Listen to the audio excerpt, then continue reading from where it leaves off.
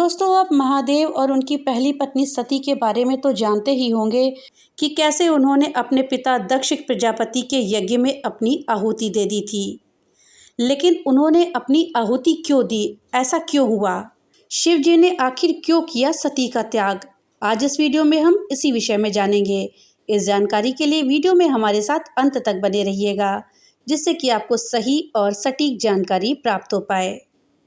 दोस्तों, श्री राम कथा लिखते हुए संत कवि तुलसीदास जी ने कई अन्य कथाओं को भी बीच बीच में कथा का हिस्सा बनाकर ही प्रस्तुत किया है। ऐसी ही एक कथा है महादेव, शिव और उनकी पहली पत्नी सती की। सती, जिन्होंने अपने पिता दक्ष प्रजापति के यज्ञ में अपनी आहुति दे दी थी। लेकिन ऐसा क्यों हुआ? उन्होंने आखिर अपनी आहुति यज्ञ में क्यों दी? शिव ने सती का त्याग क्यों कर दिया? मानस कथा की शुरुआत में ही इसका वर्णन किया गया है। रामचरितमानस हमारी जीवन शैली का आधार है और इसमें कथानक का जिस तरीके से वर्णन किया गया है वो छंदबद्ध कविता होते हुए भी महज एक साहित्यिक कृति नहीं है, बल्कि पूजा पद्धति में शामिल है। इसके प्रसंग, कथाओं का वर्णन और प्रस्तुत किए गए उदाहरणों को जब हम पढ़ते देखते हैं तो ये मन में ऐसा प्रभाव डालते हैं कि हृदय के भीतर से सहज ही इसे अपने जीवन में अपनाने और उतारने की प्रेरणा मिलती है। श्री राम कथा लिखते हुए संत कवि तुलसीदास जी ने कई अन्य कथाओं को भी बीच बीच में कथा का हिस्सा बना करके प्रस्तुत किया है। ऐसी ही एक कथा है महादेव और उनकी पहली पत्नी सती की। सती, जिन्होंने अपने पिता दक्ष प्रजापति के यज्ञ में अपनी आहुति दे दी थी। लेकिन ऐसा क्यों हुआ? शिव ने सती का त्याग क्यों कर दिया? मानस कथा की शुरुआत में ही इसका वर्णन किया गया है। मानस की शुरुआत में ही कथा के सूत्रधार के रूप में पहले ऋषि भारद्वाज और याज्ञवल्क्य ऋषि सामने आते हैं।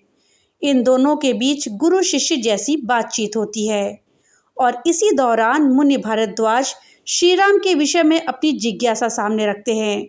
वो कहते हैं कि प्रभु श्री राम कौन है?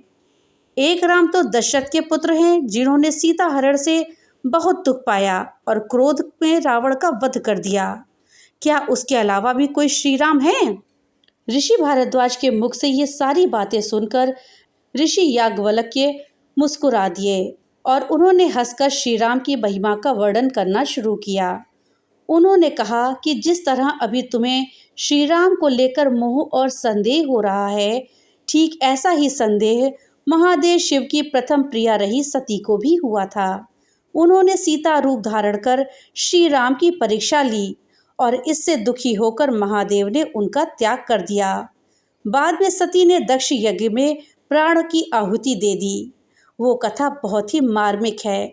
जब भारद्वाज मुनि ने कहा, हे ऋषि, आप सबसे पहले उमा महेश्वर की ये कथा मुझे सुनाइए, तब याज्ञवल्क्य ऋषि ने कहना प्रारंभ किया। एक बार महादेव ने सती के साथ अगस्त्य मुनि से श्री राम की कथा सुनी। इसके बाद उन्हें अपने इष्ट का ध्यान आया और वो अपने मन में आराध्य के दर्शन की इच्छा करने लगे। इस दौरान उनकी दशा पूरी तरह शिथिल पड़ गई और वो मन ही मन श्री राम का जाप करने लगे। महादेव की भक्ति को देखकर श्री राम ने उन्हें प्रकट रूप में दर्शन दिए तो महादेव ने श्री राम कहकर उन्हें प्रणाम किया। ये देखकर सती के मन में संदेह हुआ। सती मन ही मन सोचने लगी कि सारा संसार महादेव की स्तुति करता है, लेकिन वो खुद इतने बड़े महान होकर किसकी वंदना कर रहे हैं? उन्होंने एक राजपुत्र को सच्चिदानंद परमाधाम कहकर प्रणाम किया और उसकी शोभा देखकर भक्ति और प्रेम से मगन हो गए। आखिर वे कौन है? सती सोचने लगी कि जो ब्रह्म है, जो व्यापक है और जो माया से रहित है, शिव जी से भी अधिक ज्ञान का भंडार है, तो वह क्या कभी मनुष्य की तरह जन्म ले सकता है? क्या वो स्त्री के विरह में ऐसा दुखी हो सकता है और कातर होकर उसे जगह जगह खोजता फिरे? वह ऐसा कैसे हो सकता है? अगर वो लक्ष्मी के पति और विष्णु के स्वरूप हैं, तो क्या वो अपनी स्त्री के विरह में इस तरह दुखी रहेंगे? सती के बार बार ऐसा सोचने पर महादेव ने उनके मन की स्थिति जान ली। इसके बाद शिव जी ने कई प्रकार से सती को समझाने का प्रयत्न किया। सती ने शिवजी की बात सुन तो ली, लेकिन उनका संदेह नहीं किया। तब महादेव ने कहा कि आप चाहे तो उनकी परीक्षा ले ले। और फिर उन्होंने मन में सोचा कि जिसे मेरे भी समझाने पर समझ नहीं आया, तो वो परीक्षा से भी क्या समझेगा। ऐसा सोचकर महादेव बहुत दुखी हुए और मन ही मन श्री राम का ध्यान करने लगे। इसके बाद सती वहां गईं जहां श्री राम अपने भाई लक्ष्मण सहित विराजमान थे। ये घटना अपने आप में टाइम ट्रैवल का वर्णन करती है, क्योंकि श्री राम का जन्म त्रेता युग में हुआ था। उनके जीवन के दौरान माँ पार्वती शिव जी की पत्नी थी। सीता जी ने भी श्री राम को पाने के लिए माँ पार्वती का गौरी व्रत किया था। इसलिए सती का श्री राम के पास परीक्षा के लिए जाना टाइम ट्रैवल का घटनाक्रम है, जिसमें वो भविष्य की समय यात्रा पर गई थी। अब देवी सती जब परीक्षा के लिए वहां पहुंची, तो उन्होंने माया से सीता जी का रूप धर लिया। श्री राम ने उन्हें देखा तो जगदम्बा कह के प्रणाम किया और पूछा कि महादेव शिव कहाँ रह गए। ये सती सुनकर के बहुत लज्जित हुई और सिर्फ प्रणाम कहकर शिव जी के पास वापस लौट आई। शिव जी ने जब वो घटनाक्रम पूछा, तो सती ने सिर्फ इतना ही कहा कि वो प्रणाम करके लौट आई हैं। बाकी बातें नहीं बताई। हालांकि शिव जी ने ध्यान से ये सारी बातें जान ली थी और ये जानकर बहुत दुखी हुए कि उन्होंने वहां जाकर मेरी परम आराध्य सीता जी का रूप धर लिया। इस तरह वो मेरे लिए माता समान हो गई। शिव जी ने सोचा कि यदि मैं अब सती से प्रेम करता हूँ, तो ये भक्ति मार्ग से अलग हट जाता हूँ। सती बहुत पवित्र है, इसलिए उन्हें छोड़ते भी नहीं बनता। लेकिन अब सती के इस देह से प्रेमी के रूप में मेरी भेंट नहीं हो सकती। ऐसा सोचकर महादेव शिव ने उनका त्याग कर दिया। इस दौरान सुंदर आकाशवाणी हुई और शिव जी के भक्ति मार्ग की बहुत प्रशंसा हुई। सती ने भी यह बात जान ली कि शिव ने उनका त्याग कर दिया है, तो वो बहुत दुखी हुई और पछतावा करने लगी।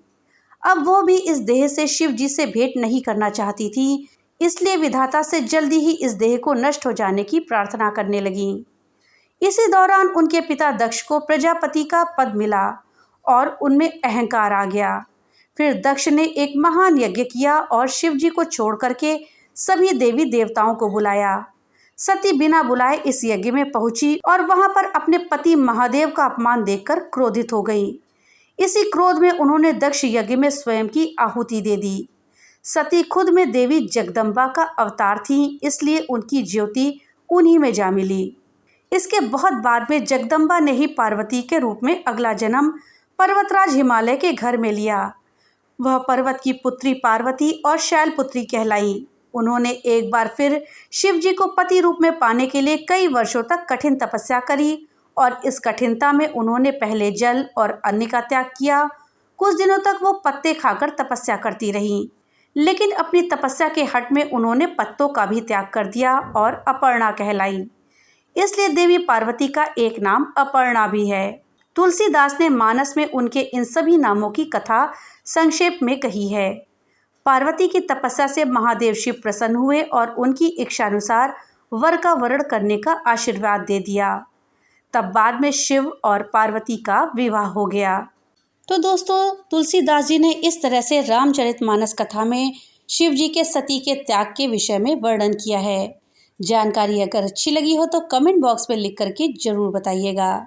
तो मिलते हैं अगली नई वीडियो के साथ, तब तक के लिए राधे राधे।